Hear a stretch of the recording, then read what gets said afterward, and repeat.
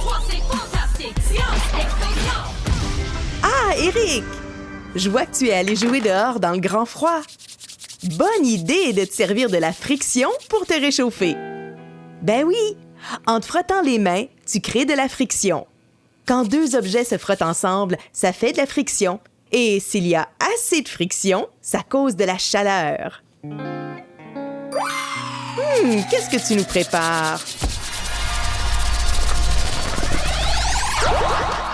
Oh, je crois que tu exagères un peu.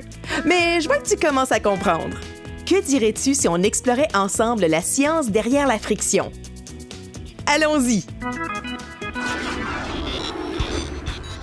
Pour bien comprendre la friction, je vais te demander de faire rouler une balle sur la table.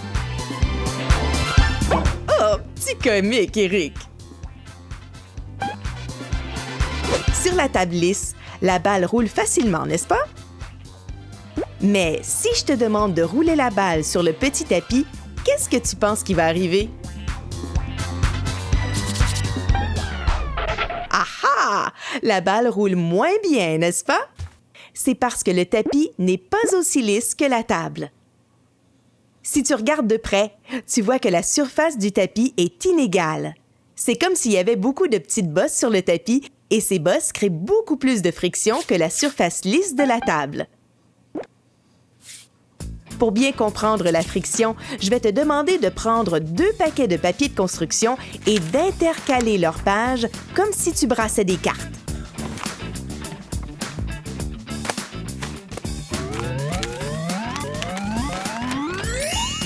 Tu fais bien ça.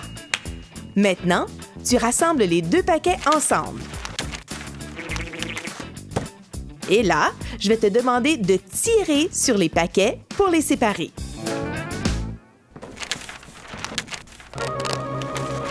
Mais Eric, les pages sont lisses, alors il ne devrait y avoir qu'un tout petit peu de friction.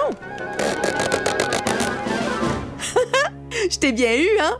Les paquets de papier de construction ont plusieurs pages et comme chaque page produit un tout petit peu de friction, toutes ces petites frictions additionnées ensemble créent une énorme force de friction. C'est pourquoi les paquets sont presque impossibles à séparer. Vas-y, Eric! Montre-nous ce que tu sais faire.